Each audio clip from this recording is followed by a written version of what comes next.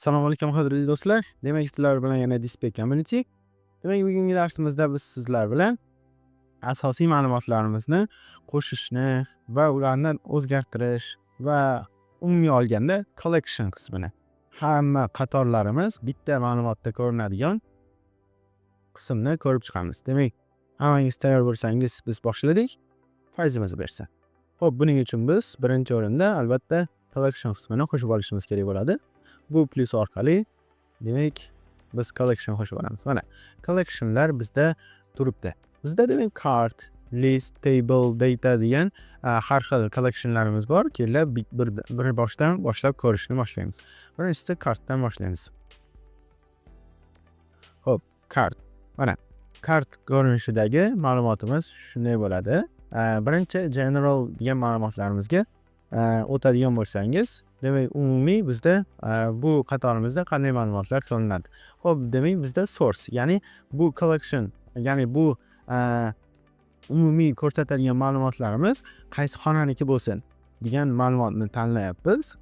Demak bizda vazifalar xonasi bo'lishi kerak.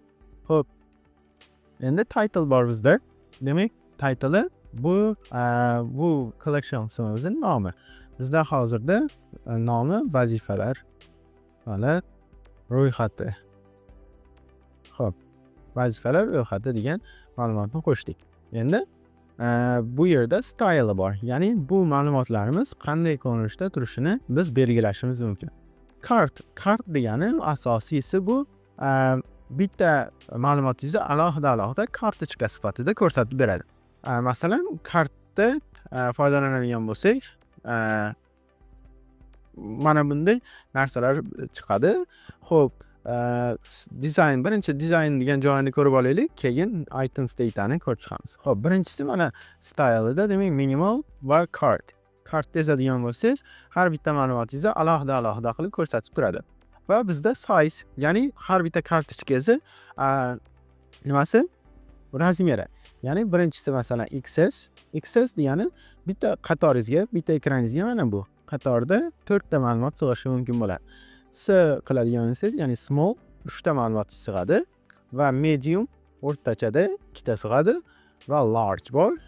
Large demak bizda bitta ma'lumot bitta nimada sig'adi. Shundan pastdan tevadan pastga qarab ketaveradi hamma ma'lumotlarimiz. Va bizda xo'p medium tura qolsin. Xo'p, demak image style, ya'ni bizning rasmimizda nimasi? Stili square, ya'ni to'rtburchak shaklda, hozirda to'rtburchak shaklda turibdi va circle qilishimiz ham mumkin. Circle qiladigan bo'lsak, bizda tumaloqqa turadi va barcha ma'lumotlarimiz nima? Center bo'lib qoladi mana. Xo'p, medium qilamiz ekan, small qilishimiz mumkin rasmimizni yoki mediumda turgani ham menimcha yaxshi. Xo'p, endi alignment, ya'ni bu tekstimizni qayerda turishi. Masalan, left qiladigan bo'lsak, barcha ma'lumotlarimiz chap tomonga o'tib qoladi. Center qiladigan bo'lsak, barcha ma'lumotlarimiz o'rtada turadi. Xo'p, menimcha left turaversin. Xo'p, endi image fill. Buni o'tgan edik. Bu ma'lumotimiz to'rtburchak bo'lganda yaxshiroq ko'rinadi. Ya'ni to'ldirib turadi bitta katakini yoki fit, ya'ni o'zi qanday bo'lsa rasm shunday turadi. Endi bizda orientation bor, ya'ni bu ma'lumotlarimiz qanday ko'rinishda ko'rinadi. Demak, masalan, orientation hozir vertical turibdi. Vertical degani tevadan pastga va tevadan pastga qarab barcha ma'lumotlarimiz ketadi. Endi bizda horizontal bor. Horizontal degani yon tarafdan, chap tarafdan o'ng tarafga ketadi. Barcha ma'lumotlarimizni chap tarafdan o'ng tomonga qarab surib ketishimiz mumkin bo'ladi ma'lumotlarimizni topish uchun. Va buni o'zining afzalliklari bor. Vertical bo'lgani bizda foydalanuvchi uchun osonroq bo'ladi vertical turganda, lekin horizontalda ham o'zini yarasha foyda taraflari bor. Foyda tarafi bizda agar bizning ekranimizda ko'proq ma'lumot bo'ladigan bo'lsa, biz horizontal qilish orqali biz ekranimizdagi joyni saqlab qolishimiz mumkin bo'ladi. Kichkinalashtirishimiz mumkin bo'ladi. Xo'p, endi bizda title bor. Title style. Bu unchalik muhim rol o'ynamaydi. Xo'p. Endi keyingisi limit number of items. Ya'ni bu yerda nechta ma'lumot turishi kerak. Masalan, bitta varag'imizda nechta ma'lumot turishi kerak degan narsani limitlab qo'ysak bo'ladi. Masalan, buni qachon ishlatamiz? Aytaylik, bizda 100 ta mahsulot bor, lekin ularni nima qilganmiz? Narxlari bo'yicha sortirovka qilganmizda va faqatgina 5 ta mahsulot qolishi kerak bizda. 5 ta eng qimmat mahsulot masalan yoki 5 eng arzon mahsulotni qoldirmoqchimiz. Shunda limit qilib turib, limitni yopib turib 10 da o'rniga 5 yozib qo'yadigan bo'lsak, faqatgina 5 ta ma'lumotni ko'rsatadi xolos, qolganini ko'rsatmaydi. Va bizda page size bor. Ya'ni bitta ekranimizda nechta ma'lumot borligini nima qilib turadi? Ko'rsatib turadi. Masalan, agar 24 ta ekan hozirgi page size'imiz, ya'ni bu ekranimizda 24 tagacha vazifalarimizni saqlashimiz mumkin.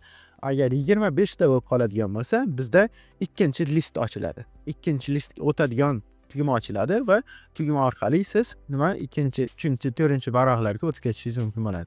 Va albatta bu page size'ni ham o'zingiz o'zgartirib olishingiz mumkin bo'ladi, o'ziga qulay qilib.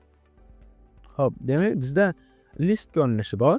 Xo'p, list ko'rinishi bizda demak o'zbekchaga ham tarjima qilinganda ro'yxat ko'rinishida oddiy bitta ma'lumotimiz bitta qatorda ketadi. Xo'p, endi keyingisi table, ya'ni jadval ko'rinishida mana bunday yonga bo'ladigan bo'lib, hamma ma'lumotlarimiz yonmachasiga ro'yxat ko'rinishida ketadi. Bularning hammasini o'ziga yarasha afzalliklari bor, o'zini ishlatiladigan joylari bor. Xo'p, data grid bor. Data grid bizda asosan Excelga o'xshatiladi. Excel sifatida siz foydalanishingiz mumkin bo'ladi. Masalan, mana bu tugmachalarni Excelda shunaqa tugmachalarni yasashingiz mumkin bo'ladi. Xo'p, endi keyingisi checklist. Checklist bizda demak nima uchun foydalanamiz? Checklistdan mana shunaqa hozirgi vazifalar ro'yxatimiz yoki qilishimiz kerak bo'ladigan ma'lumotlarni yasash uchun yoki ularni tekshirish uchun asosiy vosita hisoblanadi. Masalan, buni ezib qo'yadigan bo'lsak tekshirildi, buni yoqadigan bo'lsak hali tekshirilmaydi degan ma'lumotimiz chiqib keladi. Xo'p, bizda va yana keyin kalendar bor. Kalendarda masalan 4-5 aprel kunini birinchi dars qilib ko'rsatdi va bu yerda bizda aytyaptiki, birinchi nimasi muddatini qo'yib qo'ydik. Shuning uchun biz muddati orqali har xil ma'lumotlarimizdan qachon bo'lishi kerakligini yasab olishimiz mumkin bo'ladi. Va bizda keyingisi Kanban bor. Ya'ni Kanban orqali biz ma'lumotlarimizni gruppalashimiz mumkin bo'ladi. Yonmachasiga gruppalanadi. Masalan, aytaylik, bajarilgan vazifalarda bitta qatorda, bajarilmagan vazifalarda yonida ko'rsatadigan qilib biz qo'shib olishimiz mumkin bo'ladi. Hozirgi holatimizda bizda eng afzali kart hisoblanadi va albatta sizlar bilan barcha ma'lumotlarni ham ko'rib chiqamiz. Lekin hozirda birinchi kartdan boshlaganimiz ketma-ketlikda yaxshi bo'ladi. Xo'p. Endi boshqa ma'lumotlarga o'tadigan bo'lsak, title qismi bor. Title qismi, ya'ni bu ma'lumotimizni nomi. Albatta bizda hozir vazifalar nomi bo'lgani yaxshi. Xo'p. Endi bizda description bor. Ya'ni uyini tagidagi yozuvni description deyiladi. Uni tagidagi yozuvni biz o'zgartirib qo'yamiz masalan. Vazifalar tavsifi katta bo'lib, juda xunukroq turibdi. Shuning uchun masalan aytaylik, muddatini qo'yib qo'yamiz. Muddati 5-aprel 12:00 ga. Xo'p. Endi meta ham xuddi o'tgan mavzuyimizdaqa, title'daqa, emphasis daqa ishlaydi. Bu yerga ham masalan aytaylik, qancha soat qoldi degan narsani qo'yib qo'yamiz masalan. Qo'yib qo'yadigan bo'lsak, katta harflarda bizda ko'rsatib turibdi, 50 soat qoldi. Xo'p. Endi e'tibor bersangiz, bizda image qismi bor. Demak, vazifa rasmi turadigan joy. Xo'p, bo'ldi. Boshqa joylarni ko'rib chiqdik. Demak, keyingi darslarimizda sizlar bilan options qismiga o'tamiz. Masalan, keling hozir ko'rib qo'yamiz. Options qismida demak, bilamiz qanday ma'lumotlar turishi kerakligini va bizda group by yangi joy bor. Group by degani demak, biz ma'lumotlarimizni guruhlashi mumkin. Masalan, faqatgina a'lochilar bitta guruhga, ikkichilar bitta guruhga, qoniqarli o'qiydiganlar bitta guruhga qilib o'quvchilarni sortirovka, gruppirovka qilishimiz mumkin yoki biz hozirgi holatimizda bajarilgan vazifalar yoki bajarilmagan vazifalar qilib biz nima qilib olishimiz mumkin? Ajratib olishimiz mumkin bo'ladi. Masalan, hozir qilamizda, masalan, vazifa statusi. Mana vazifa bajarilishi kerak degan yozuvlar orqali chiqib turadi. Demak, keyingisi bizda search bar bor, ya'ni axtaradigan joyni yoqib qo'ysak yoki o'chirib qo'ysak bo'ladi. Mana o'chirib yoqib qo'ysak bo'ladi va filtr. Xo'p, filtrni qo'shishimiz mumkin. Filtrga masalan aytaylik, nima orqali filtrlashimiz mumkin? Vazifa statusi bo'yicha.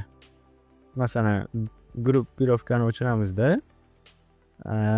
gruppalashni o'chirib turib, vazifa statusi bo'yicha nima qilishimiz mumkin? Bajarilishi kerak degan narsalarni ko'rib olishimiz mumkin bo'ladi. Shu filtr ham o'zini ishlatiladigan joylari bor. Masalan, aytaylik, o'sha o'quvchilar misolida keltiradigan bo'lsak, filtrlashimiz mumkin. Masalan, 2010-yillik bolalarni faqatgina qoldir yoki faqatgina bizda test natijasi 80% dan yuqorilar qolsin yoki faqatgina 5 ga o'qiydiganlar qolsin. Shunga o'xshagan filtrlarni qo'shib olishimiz mumkin bo'ladi. Xo'p, hozircha bizga kerak emas.